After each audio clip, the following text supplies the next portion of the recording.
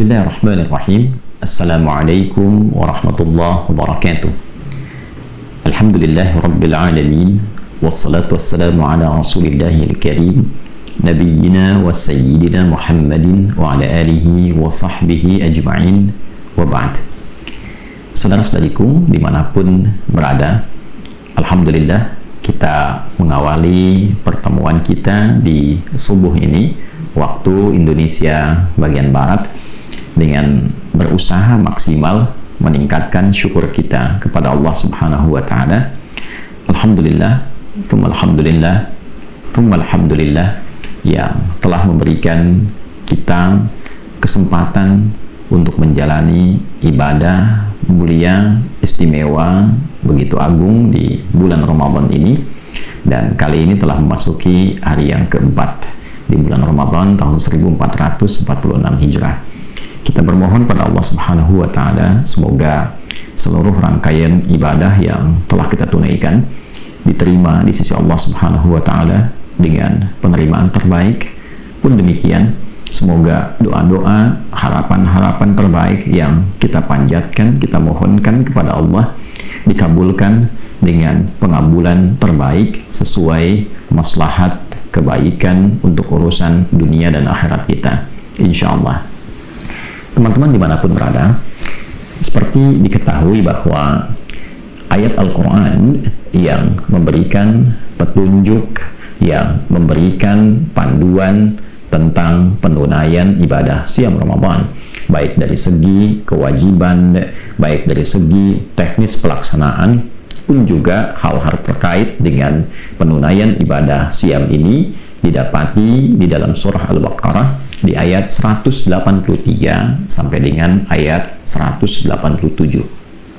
Rangkaian ayat-ayat mulia ini seperti tadi diuraikan tidak hanya menampilkan kewajiban untuk menunaikan puasa Ramadan, tapi juga memberikan isyarat-isyarat yang begitu penting, dan di saat yang bersamaan juga memberikan petunjuk tentang karakter hamba-hamba Allah dalam menunaikan puasa ini. Di ayat 186 ada satu berita, juga keterangan, juga petunjuk yang sangat penting untuk kita insan beriman, hamba-hamba Allah Subhanahu wa Ta'ala. Dan hal yang menarik di ayat ini adalah dalam rangkaian ayat puasa 183 yang berisi tentang kewajiban menunaikan puasa Ramadan, juga jejak masa lalu umat sebelumnya yang diberikan kewajiban menunaikan puasa, dan ditutup dengan tujuan ditunaikannya puasa itu demi melahirkan karakter takwa yang paripurna dan menjadikan kita semakin baik dalam berkehidupan.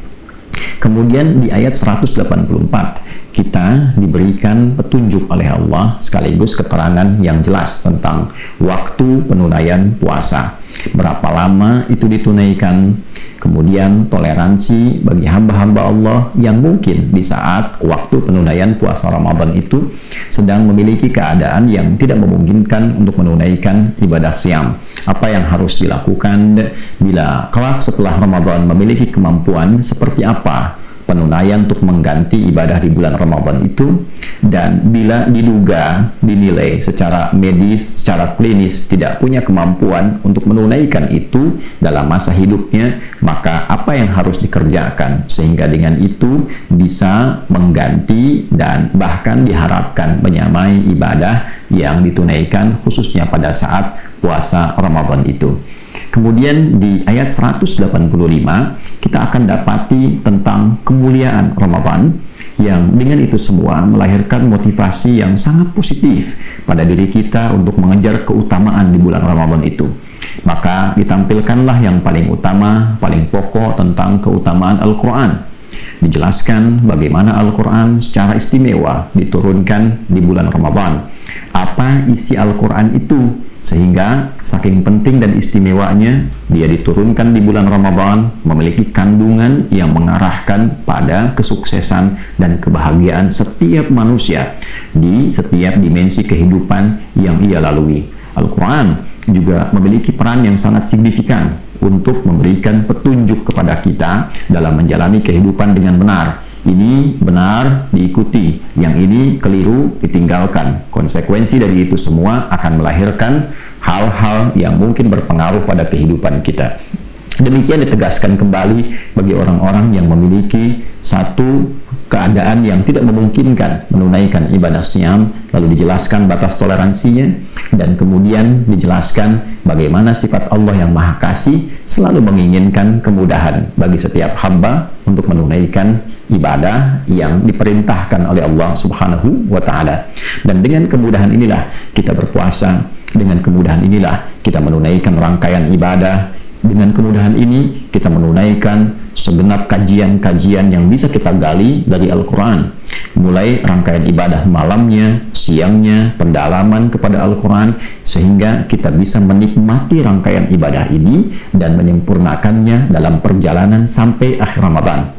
Setelah itu kita temukan keindahan hasil Ramadan yang memberikan dampak sangat positif pada diri kita, merubah kita menjadi pribadi yang lebih baik, mendapatkan hidayah, lantas kita bersyukur dan bertakbir di penghujung Ramadan sampai lahirnya keadaan yang baru di pembuka fitri di awal Syawal yang kita kenal dengan Idul Fitr atau Idul Fitrah. Nah, yang menarik ini sampai ayat 185. Nanti di 187 berisi keadaan-keadaan yang unik tentang hubungan keluarga, tentang suami istri, tentang masalah makan di malam hari, tentang pengantar ke sahur, dan lalu diberikan petunjuk akhir keadaan-keadaan yang mengantarkan kita semakin kenal Allah, semakin ingin mendekat kepada Allah, dan semakin ingin meningkatkan takwa. Di sela-sela 183, 184, 185 ke 187 tiba ada ayat 186 yang bunyinya kurang lebih demikian. A'udzubillahi minasyaitonir rajim. Bismillahirrahmanirrahim. Wa idza sa'alaka 'ibadi 'anni fa inni qarib ujibu da'watad da'i idza da'an falyastajibu li wal yu'minu bi la'allahum yarshudun. Wa idza sa'alaka ibadi, dan bila hamba-hambaku bertanya kepadamu ya Muhammad sallallahu alaihi wasallam, anni, tentangku. Dalam satu riwayat tentang asbabun nuzul turunnya ayat ini, ada yang bertanya di mana Allah, ada yang bertanya ingin mendekat kepada Allah, ada juga dugaan ingin memohon kepada Allah. Apakah harus memohonnya dengan cara yang keras, ataukah lembut, ataukah memohonnya seperti apa? Hal-hal terkait dengan aspek-aspek keinginan untuk mendekat kepada Allah Subhanahu wa Ta'ala. Teman-teman, ada yang menarik di beberapa kajian ayat ini, dan saya juga tampilkan di buku yang pernah saya tulis mengenai makna ayat puasa. Kita urai dari setiap lafaz yang mungkin kita dapati untuk dijelaskan. Bila ada kata idza bertemu dengan infinitif berupa kata kerja bentuknya lampau, sa'ala, ya kan? Ka-nya itu menunjuk pada Nabi Muhammad sallallahu alaihi wasallam. Sa'ala yas'alu. Kata kerja infinitif fi'il madhi bertemu dengan idza, maka maknanya itu istiqbal. Hal wal istiqbal. Jika ada yang bertanya padamu, kejadian di masa Nabi Sallallahu Alaihi Wasallam terjadi, ada yang tanya pada Nabi, kemudian turun ayat ini. Tapi juga pesannya memberikan kesan bahwa tidak hanya di era Nabi, nanti pun bahkan sepeninggal Nabi Muhammad Sallallahu Alaihi Wasallam akan ada di antara hamba-hamba Allah yang memiliki kesan demikian, ingin mendekat kepada Allah, mencari untuk menemukan Tuhan, di mana Allah, dan seterusnya. Kan? Nah, siapa mereka itu? Maka mereka adalah ibadi. Nah, ini indah sekali kalimatnya. Ya, ibad jamak dari kata abdun, ya, untuk menunjuk pada sosok yang ingin meningkatkan ibadah, kedekatannya, kehambaannya kepada Allah Subhanahu wa Ta'ala. Abdun itu hamba, cara menghamba kita dengan beribadah. Maka turunan dari kata abdun ini muncul bentuknya berupa ibadah. Ya, dari kata abada ya'budu, kita katakan iyyaka na'budu, ya Allah, hanya kepada Engkau, khusus hanya padamu kami menghamba. wujud kami ibadah, untuk menunjukkan kami hamba, kami ibadah, kami salat. Ya, innani anallahu la ilaha illa ana fa'budni wa aqimis salata li dzikri. Demikian Al-Qur'an surah ke-20 Thaha di ayat ke-14. Ketika kita mendeklarasikan hanya Allah Tuhan kita, kata Allah, sungguh akulah satu-satunya Tuhan yang layak dipertuhankan. Kalau engkau sudah bertuhan kepada aku, maka menghambalah. Caranya sembah aku dengan cara menunaikan salat, supaya terkoneksi kehambaan kita kepada Allah Subhanahu wa ta'ala. Maka orang yang menghamba dengan beribadah kepada Allah namanya abdun, jamaknya disebut dengan ibadun. Nah, hamba-hamba inilah yang kadang ingin mendekat kepada Allah, bertanya, mencari cara mendekatnya seperti apa, ingin berdoa bagaimana, kan? Di mana Allah, dan seterusnya. Nah, golongan ini oleh Al-Quran dibagi dua bagian. Dan inilah nanti yang akan tampak dalam suasana Ramadan. Golongan pertama, ada hamba-hamba yang memang sudah melatih diri dengan ketaatan, sehingga menjadi pribadi yang baik. Ya, sebelum Ramadan pun sudah merasa dekat dengan Allah, sehingga turun kasih Allah pada dirinya. Kasih Allah yang diberikan dalam kehidupan dunia secara luas tanpa batas disebut dengan Rahman. Maka hamba-hamba ini ketika mendapatkan pancaran kasih dari Allah Subhanahu wa ta'ala, akibat kedekatan yang ia bangun dengan Allah, dia menghamba bahkan sebelum datang Ramadan, dia tunaikan sholat dengan baik, bahkan dia kejar sunnahnya siang dan malamnya, dia tilawah Al-Quran, maka mendapatkan pancaran cahaya Ar-Rahman. Pancaran cahaya inilah yang membuat dia semakin berkasih sayang dalam kehidupan. Karena Allah Maha Kasih, Maha Sayang, ketika hamba mendapat pancaran itu, maka lahirlah sifat kasih dan sayang dalam dirinya. Pribadinya lembut, baik, dan disifati golongan pertama ini di dalam Al-Quran surah Al-Furqan, surah yang ke-25 di ayat ke-63 dengan sebutan Ibadur Rahman. Ibad menunjuk pada hambanya, Ar-Rahman menunjuk pada Allah Subhanahu wa ta'ala yang memiliki kasih sayang luas dan berlapas dalam konteks kehidupan dunia ini. Nanti di akhirat sifat kasihnya yang luas tanpa batas untuk orang beriman disebut Rahim. Kita katakan Bismillahirrahmanirrahim untuk memohon kasih itu di kehidupan dunia sampai dengan akhirat. Maka ketika disatukan sifat hamba ini maka disebut dengan ibadah Rahman. Wa ibadur rahmanil ladzina yamshuna 'alal ardi hauna wa idza khatabahul jahiluna qalu salama. Dan hamba-hamba Allah yang taat, hamba-hamba Allah yang mendapatkan pancaran kebaikan-kebaikan, hamba-hamba Allah yang Allah punya sifat kasih yang luas itu, di antara ciri hamba-hamba ini adalah orang-orang yang beraktivitas di bumi itu dengan penuh kedamaian. Jadi kalau sudah dekat dengan Allah itu hidupnya tenang, menyenangkan orang lain, ya, memberikan kasih, kelembutan, bisa berinteraksi dengan cara yang baik. Wa idza khatabahumul jahiluna qalu salama.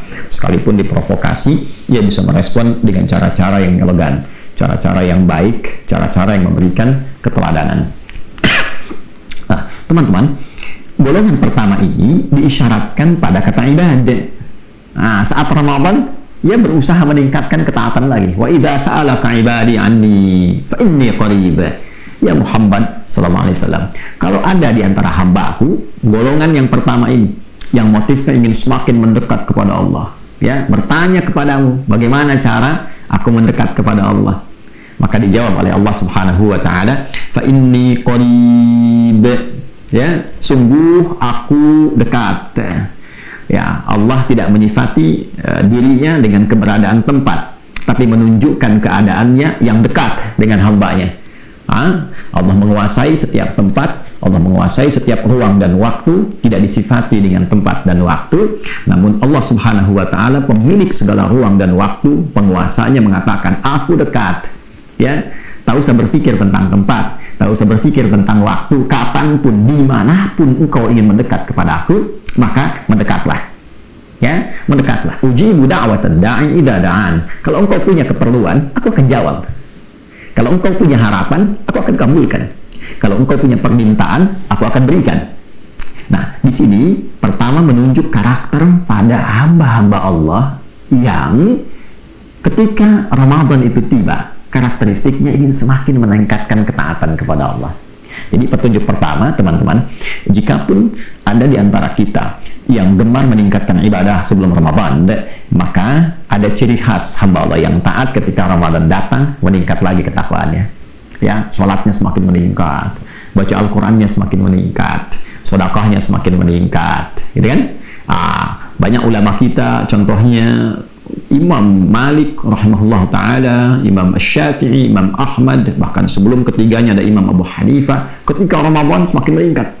Imam Syafi'i kan viral sekali, kalau sebelum Ramadan sekali beliau khatam Al-Quran setiap hari, Ramadan bisa 2 kali. Ya, demikian para ulama-ulama yang saleh, yang baik-baik, hamba Allah yang taat, ketika Ramadan meningkat lagi, meningkat lagi, meningkat lagi. Nah, jadi ada kecenderungan fitrah ketika Ramadan, hamba-hamba yang baik itu semakin ingin meningkatkan taat kepada Allah. Maka ketika berkonsultasi kepada Nabi SAW, Allah langsung menurunkan jawaban. Ya kan? Itulah sebabnya kenapa diletakkan dalam rangkaian ayat-ayat puasa, karena fitrah hamba yang taat itu tidak merasa bahwa cukuplah. Ya, cukup sebelum Ramadan sudah banyak bekalnya. Nggak begitu. Ya, justru dia semakin tingkatkan dan manfaatkan Ramadan itu untuk meningkatkan ketaatan kepada Allah. Nah, ini ciri hamba yang taat. Jadi kalau kelihatan 11 bulan taat, Ramadan menurun, nah ini menunjukkan ada sesuatu yang harus diperbaiki. Ya, sesuatu yang harus diperbaiki. Kemudian yang kedua, ini cukup menarik juga.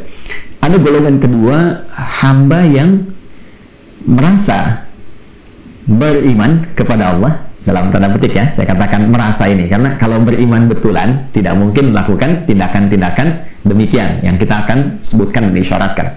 Dia muslim, dia hamba Allah, dia mengatakan beriman kepada Allah, tapi dia tidak menjadikan imannya sebagai panduan dalam kehidupan untuk menaati Allah, sehingga seringkali berbuat maksiat. Ya, karena iman mengarahkan pada taat, mustahil bertemu dengan maksiat. La yasriqul mu'min indama yasriq wa huwa mu'min. Kata Nabi memberi contoh, tidak mungkin ada orang beriman itu mencuri. Ya, saat dia mencuri ada iman dalam hatinya. Nah, maksudnya iman itu pasti akan mencegah ia dari perbuatan mencuri, korupsi, curang. Ya kan? Jadi ketika seseorang mengatakan muslim, beriman, dan dia mencuri, ini menunjukkan imannya bermasalah. Jelas ya? Nah, ada golongan kedua yang ketika Ramadan pun tergerak dirinya untuk mendekat kembali kepada Allah, walaupun dirinya penuh dengan kesalahan, pernah banyak berbuat maksiat. Menariknya, ketika Ramadan tiba, Allah Subhanahu wa Ta'ala Maha mengetahui tentang keadaan ini. Tidak dibedakan, teman-teman. Hamba taat dengan hamba pelaku maksiat tetap disebut, diaku oleh Allah dengan nama yang sama. Ibadi, engkau pun hambaku. Walaupun engkau pernah berbuat maksiat, engkau banyak berbuat maksiat, bahkan engkau berumur maksiat, engkau tetap hamba-Ku. Allahu Akbar. Dari mana taunya? Ya, golongan kedua ini masuk pada kategori ibadah. Kita temukan di surah Az-Zumar misalnya, di ayat 53. Qul ya ibadiyalladzina asrafu ala anfusihim la taqnatu min rahmatillah. Innallaha yaghfirudz dzunuba jami'a. Qul ya ibadi. Di sini wa idza sa'alaka ibadi. Di ayat 53 surah Az-Zumar, qul ya ibadi. Katakan Muhammad sallallahu alaihi wasallam, sampaikan kepada hamba-hambaku yang merasa telah berumur maksiat dalam hidupnya, pernah mencuri, atau bahkan pernah membunuh, pernah berzina, pernah mabuk, berumur dosa, israf namanya. Ya, qul ya ibadiyalladzina asrafu ala anfusihim, yang telah berbuat berumur maksiat dalam dirinya. La taqnatu min rahmatillah. Jangan pernah putus asa mendapatkan rahmat Allah. Jangan pernah menyimpulkan gak mungkin saya diterima kembali oleh Allah. Jangan pernah merasa demikian. Jangan pernah merasa menyimpulkan tidak akan pernah mendapatkan taubat, kasih sayang dari Allah Subhanahu wa Ta'ala. Tidak. Ya, masih disebut hamba. Ya. Ramadan bulan limpahan rahmat. Kata Allah, la taqnatu min rahmatillah. Jangan putus asa dari rahmat Allah. Ketika Ramadan tiba, rahmat diturunkan. Maka dengan rahmat ini, fitrahnya pelaku maksiat pun ingin kembali kepada Allah. Maka dipanggil oleh Allah, jika engkau mencari aku, ingin kembali kepada aku, jangan malu-malu. Ya, datang. Wa idza sa'alaka ibadi, pelaku maksiat pengen taubat di bulan Ramadan, disambut oleh Allah, kalimatnya disamakan dengan orang taat. Allahu Akbar. Ya, jangan malu-malu. Fa inni qarib, ketika engkau mau bertobat, aku lebih dekat denganmu. Allahu Akbar. Ya.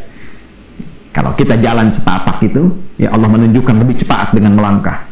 Ya, kita jalan melangkah, Allah menunjukkan lebih cepat, ya, dengan berlari, menunjukkan kesan cepat. Maksudnya apa? Kita bergerak sedikit, Allah lebih cepat menemukan kita. Ketika seseorang ingin bertobat, datang, dijemput itu, disebut hambaku. Ya, jangan malu-malu, ambil saf pertama. Jangan merasa sungkan, harus mojok di pinggir masjid, ya, di tiang-tiang, malu. Hubungan kita dengan Allah, bukan dengan manusia. Ya, hambaku, tidak usah khawatir dengan pandangan orang-orang. Mendekat. Allah berikan rahmat. Ya, fa inni qarib, sungguh aku amatlah dekat. Ujibu da'watad da'i idza da'an. Kalaupun engkau mau memohon, bertobat, minta kepada Allah, aku kabulkan. Aku ampuni dosamu.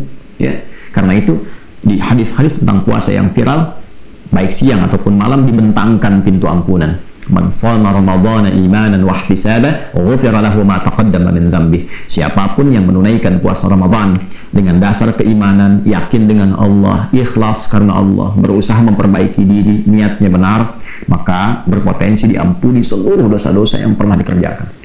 Dia datang, dia tobat, malamnya dia sholat. Man qama lailatal qadri, riwayat lain, man qama ramadhana imanan wa ihtisaba ghufira lahu ma taqaddama min dhanbi. Malamnya dia bangun, sholat, dia nangis, ingat dosa-dosanya, ya, ingat kesalahannya. Maka kata Allah melalui lisan Nabi Muhammad SAW, disabdakan oleh Nabi, siapapun yang bangun malam bertepatan dengan malam Al-Qadar, atau dia bangun di malam Ramadan, dia tunaikan sholat, ikhlas karena Allah, dengan imannya, dia ingin perbaiki dirinya, taubat dia, diampuni seluruh dosa-dosa yang pernah dia kerjakan selama hidupnya. Lantas dia berkata, seperti Nabi pernah mentalkinkan doa ini pada lisan Sayyidah Aisyah radhiyallahu taala anha, Allahumma innaka afuwun tuhibbul afwa fa'fu anni. Ya Allah, sungguh engkau maha pemaaf. Aku mengakui banyak berbuat salah dalam hidup, dan engkau mencintai seluruh sifat kemaafan. Engkau mencintai hamba-hamba yang ingin kembali kepadamu. Maka maafkan aku ya Allah, ampuni aku, sayangi aku, gugurkan dosa-dosa aku. Maka turunlah rahmat Allah, diampuni dosa-dosanya. Ibadah. Falyastajibuli, maka cepat respon seruan Allah ini. Maka ayo pelaku yang taat mendekat, yang maksiat pun mendekat, respon. Ini Allah sudah kasih. Kalau dengan segala pemberian, tawaran, bentangan, kemuliaan ini belum juga ada hamba yang ingin bertobat, maka dengan cara apa lagi Allah ampuni dosanya? Saat sebagian orang sudah meninggal tidak mendapatkan Ramadan, kita diberi kesempatan masih mendapatkan Ramadan sampai hari keempat ini. Kalau kita orang baik, boleh jadi diinginkan oleh Allah pahalanya semakin meningkat, sehingga potensi mendapatkan surga tertinggi bisa kita raih. Potensi bertemu dengan Nabi sangat besar kita dapatkan. Jika kita termasuk golongan pelaku maksiat, maka potensi mendapatkan ampunan Allah, dibersihkan dari dosa itu, betapa terbuka dan lapang. Falyastajibuli, cepat respon seruan Allah ini, mendekat, taubat, minta kebaikan. Ya, jangan hanya saat dipanggil nggak datang, tapi saat punya keperluan manggil Allah tuh kencang gitu kan, ya. Tapi selama ini tidak direspon seruan Allah, maka rumusnya pakai, ya, Allah panggil kita cepat datang, bahkan sebelum dipanggil kita hadir itu, ya. Maka feedbacknya apa?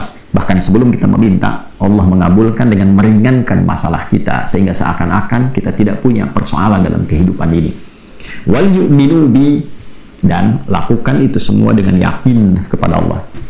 Yakin, keimanan tanpa ragu. Yakin Allah akan ampuni dosaku, datang, taubat. Jangan hiraukan pandangan manusia, datang, sujud, nangis, minta sama Allah. Punya masalah, datang. Ya, masalah keuangan, masalah kehidupan rumah tangga, datang Ramadan, minta sujud, minta sama Allah.